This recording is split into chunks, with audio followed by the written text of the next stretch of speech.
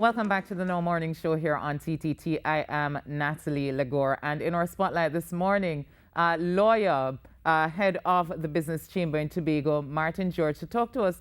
Right now, it's about the delayed implementation of the public sector safe zone. Good morning to you, Mr. George. Yeah, hi, good morning to you, Natalie, and good morning to all your viewers on TTT. Surprised by the delay that was announced by the Prime Minister on Saturday? Not at all, Natalie. I think this is a reflection of the government's slow climb down from the position after hoisting itself on its own petard. Because you made the announcement mid-December, with great fanfare that this is going to be the position, and you gave a specific date for implementation, and it appears that clearly you were not ready. So now you find yourself impaled on the horns of a dilemma, because here you have, on the one hand, you've given a specific date and you would said there was going to be implementation by that date.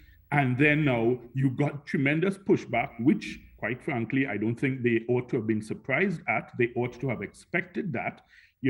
So when they get the pushback, then they say, well, the legislation is not ready, the consultations are not completed. And, it is just, I think a situation where the government ends up with a tremendous amount of egg on its face, because there's no way you can actually pull this back, This is basically the horse having bolted, and you're now seeking to close the barn door. Because once you have this type of retreat and this scaling back, I guarantee you, Natalie, it's going to be the hardest thing in the long run to eventually be able to enforce this. Because what happens is those who are opposed to it become emboldened. Because it's like war. You have to remember, when you read all the books about tactics, you read of, how Machiavelli and, how Napoleon and how these guys, how they, think, you realize that, look, once you start to retreat like this, then it's seen as a sign of weakness. It's seen as a sign of unreadiness, unpreparedness, and your opposition, your opposers, they become emboldened. So the unions are not going to back down now. Those public servants who were opposed to it, they're not going to back down now. They will feel, well, hey, look, we've started to have the government on the run, and they're just going to keep up the pressure. You saw yesterday there was a massive march in the savannah. The reality is that if the government brings that piece of legislation, will it really make a difference what the people think or want? Well, the fact of the matter is that if you notice, what they're looking for is not just to bring the legislation and impose it by force. They want to get that buy-in. And that has been the challenge, because they could have brought mandatory vaccination legislation across the board. Months ago, in fact, more than a year ago, they could have done that. So there's nothing preventing you from doing that. We already have mandatory vaccination laws on our books for primary school children under the public health regulations, which govern the admission to primary schools, where you must be vaccinated. All of us went through that. We've all been subject to mandatory vaccinations in order to get entry into public primary schools. So there's no challenge in terms of the legislation at all. You can, but I think what the government wants is to get some kind of buy-in. And that's where the challenge has been. And, the fact of the matter is, if you knew you didn't have that, then it just looks a little bit weak if it is that you now are doing the slow climb down, because what you may see after this next month, you may see another extension until it becomes like a standing joke, and then they may have to abandon the idea eventually, because then they will say, well, we've gotten enough public servants vaccinated. So, Right. that appears to be the approach. Yeah, but if the end goal is to get people vaccinated, isn't the government on the right track then, where it's getting people to get vaccinated and doesn't have to impose this idea of mandatory vaccines? Well, then in that case, then what you ought to have done is not give a definite deadline or timeline such as this, because then you appear to be playing games with serious issues. If you knew that that was your intention, that you were never going to implement the legislation, then don't come out publicly and make those kinds of announcements. That's not good governance. That's not good leadership. That's not good guidance, if you understand me. All right. So you therefore have to say, well, look, hey, we may have to consider it, or we might be considering it, or something of the sort. But when you come and you give a definite date and you say by such and such a date, then the minute you start to climb down, it begins to appear as a sign of retreat and a sign Or of weakness Or in your or plan. the flip side to that is that it worked because since the announcement and yesterday, they have seen an uptake in vaccines in the public sector.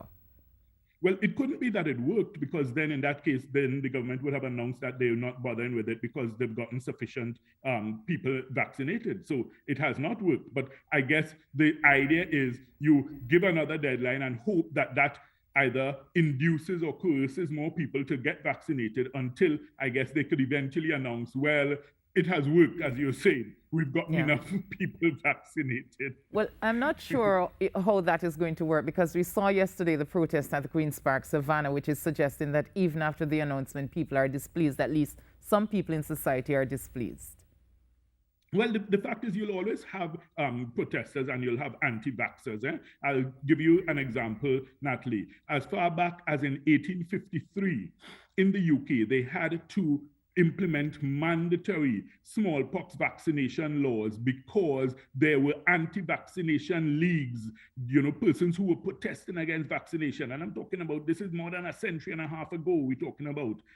So that has always been part and parcel of the makeup of humanity. People always are fearful and distrustful of what they don't know, what they don't understand, but it doesn't seem to apply to KFC. We seem to love it, notwithstanding the fact that we don't know what the 11 herbs and spices are. We love Angostura, even though we don't know what are the ingredients that make up bitters. But that aside, the fact of the matter is that you've always had this type of thing in society. So it's not unsurprising. Look at what happened in Amsterdam last weekend. There were massive protests. It's just that the police handled it a bit differently across there than how we saw occurred in Trinidad and Tobago. But you will always get that kind of thing. Look at what happens in Paris. You've had weekends of mass protests in Paris, over vaccination mandates, against Macron and his policies. So that's to be expected. That I wouldn't worry about in terms of thinking that should deter any government from their policies, because you will always get that. The fact of the matter is, I think there ought to be some clear, concise, concrete steps towards a goal. And the hesitancy, has now translated from vaccination hesitancy to governmental hesitancy. And that is what I'm concerned about, because that's not good for the economy. It's not good for the leadership and direction of the country. You look at it from a holistic perspective. As a leader, it does not look good in that sense. Well, let's talk about the THA. Do you believe that as well is government hesitancy? Because we're hearing from the THA that he can't just go carte blanche with this idea of public sector vaccines because of how the THA is set up and how many people might be affected.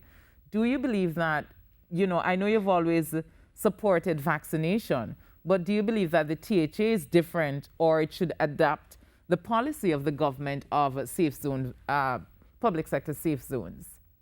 All right, okay. So, Natalie, I always love to have recourse to the law and to history. All right. So, I will cite three things for you. Number one, under the law, it has already been determined and deemed that persons who work for the THA in the civil service sector are deemed to be public servants. That is law. So, there's no question of, public servants generally, and then THA public servants or THA civil servants. No. They are public servants of Trinidad and Tobago. That is in the law. So if the government makes a law or a decree or a determination for public servants, then it applies across the board, not just to public servants in Trinidad, but it also applies to Tobago. Secondly, there's the judgment of the Honorable Justice Nadia Kangaloo in the matter of THA versus Attorney General, where she declared and she made it pellucid that once the cabinet, as the guiding body of the parliament, of the government in Trinidad and Tobago, once the cabinet makes a decision on a policy, then that policy cannot be varied or altered by the THA. There is a judgment on record in that regard. So in other words, what she said is, notwithstanding the idea of autonomy of Tobago and, the fact that, the THA wants to exercise its own independence, if there is a government policy by the cabinet on the issue, then the THA is bound to follow that policy. I was in that case. I was part of that trial. So it's a fact. That's the ruling of the court. Mr. George, let me interrupt you and read something from today's Newsday. And this is Mr. Augustine responding to the Attorney General sometime last week, saying that, if a law is passed, the law is for all of Trinidad and Tobago. But according to the Newsday, quoting Mr. Augustine, it says, "I would caution you not to listen much to the AG. He is known for not winning many cases in the court, and he's known for not being a very brilliant lawyer either. I wouldn't pay him much attention. The THA pays a cadre of public servants and staff, and we decide whether we pay them or not. That doesn't come from Trinidad. That is the devolved authority of the THA, and I have a responsibility to make a decision that is a responsible one." Well, the thing is, I think what you are seeing, Natalie, is that Mr. Augustine, as Chief Secretary, he is growing into and assuming the persona of the Tobago strongman.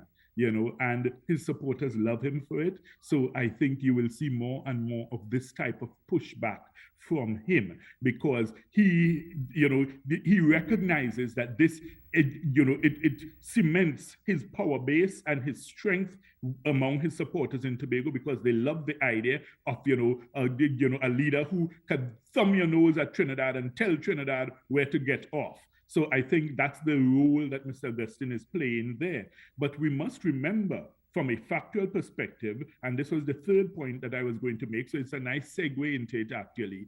The third point I was going to make was, from a financial perspective, at the end of the day, while the THA does in fact directly pay the public servants who work in the THA, the money comes from Trinidad. So let's be realistic.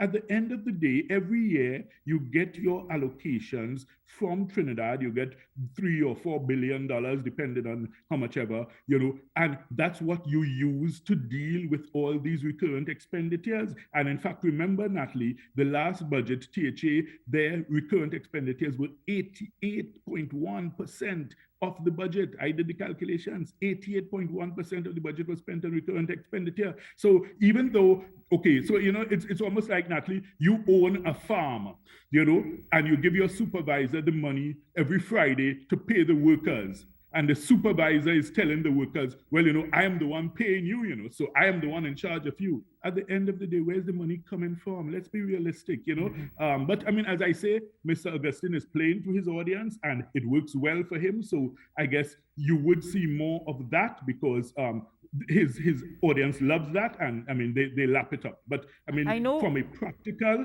financial, and legislative perspective, it does appear that it may not be a factually sustainable position. Right. So I know we're supposed to hear from Mr. Augustine today as in what the THA's perspective is. Let us just play devil's advocate and say he decides not to go ahead with the mandatory vaccination for Tobago, really taking into consideration that the THA is different. When you employ 60% of people on the island, and when, if you're to furlough 50%, it really means that you're going to be putting the staff and putting the services in Tobago at a disadvantage, considering that already it's at a disadvantage. How do you think that would work, though, with central government if this decision is taken by the THA? Well, I mean, there are two things there, Natalie. First of all, you have the practical considerations, because nobody wants to see workers not receive their salaries and people out of a job, or no one wants to see you go into offices of the THA and most of the staff are absent because of this vaccination policy. So no one really wants to see that. That's from a practical consideration standpoint. However, the legal and legislative standpoint is that if there is central government policy on any issue coming from the cabinet. I mean, and I tell you, Natalie, in that case, we went through everything. We went through the establishment of the original THA under the 1980 Act. We went through the second iteration of the THA under the 1996 Act. We checked Hansard, we checked the records, we looked at all the speeches, the debates. Everything was canvassed in that case. And I recommend that judgment of Justice Nadia Kangaloo as essential reading, maybe for all THA members and representatives, so that they will understand that notwithstanding the persona one may want to effect and the image one may want to project as, you know, a Tobago strongman, the fact of the matter is there's law and there's legislation which both govern the scenario. And until the law is changed, until the legislation is changed, until the case is determined otherwise or overturned, that remains what has to guide us, because we are a society that is founded on law and order. And we are to observe the rule of law. You do believe that the government erred in how it decided to handle the situation with the announcement and then doing the consultations after. What do you think could possibly... I mean, it clearly was backwards thinking, you know, to do that and then decide, well, you want to have the consultations after, and then when you get the pushback from the unions, you're saying, well, you want to meet with them, you want to hear from them. I mean, you must have known that they would have opposed it. So, you know, I mean, if you want the buy-in, so it's either, you see, you can't have it both ways, Natalie. It's either you're saying, look, I am passing this law regardless and let the chips fall where they may. And I don't care. I don't want to hear anything. You know, like former Prime Minister Eric Williams used to say, you know, when I speak, let no damn dog bark. You know, so it's either you adopt that position or you want to adopt a consultative position, in which case you can't come out and make an announcement as to a deadline upfront if you haven't done the consultations. You can't have So what do you think should happen next to Martin George? How do you think we can best resolve this? Well, the thing is, I think that this, you know, graduated approach of the slow climb down is what the government is hoping would, by, I guess, the carrot and the stick, you know, the threat that, well, yes, are going to implement it, you know. I think they're hoping that that would, you know, I guess, encourage more persons to go out and voluntarily be vaccinated. And if that works, I'm happy, because at the end of the day, I am all for the vaccination and I want to get it done. And, you know, as, you know, from a personal perspective and also as a business chamber perspective, we have encouraged the government's policies in terms of the vaccination and, you know, trying to get it done. It's just that this particular one, especially premised on the big bold announcement that was made in mid-December, you know, it just doesn't appear to be well thought out in terms of, you know, actualizing and operationalizing it. All right, Martin George, we do have to leave it there, but thank you for lending your expertise to the issue as usual. It's always a pleasure, Natalie, and the very best to you and all at TTT. Thank you. All right, same to you, Martin George. Martin George, you're president of the Tobago Business Chamber, and of course, Legal Mind, talking to us. And he says, egg on the government's face, should have done the consultations before making such a big, bold announcement, and now having to kind of renege, kind of have to draw back on it. But I would say that probably the government can say that it's working, even if not worked, because, you know, they have seen an uptick in vaccinations, you know, since the announcement. So maybe it was a good strategy. My takeaway there is the slow climb down. Yeah. Slow climb down. Yeah.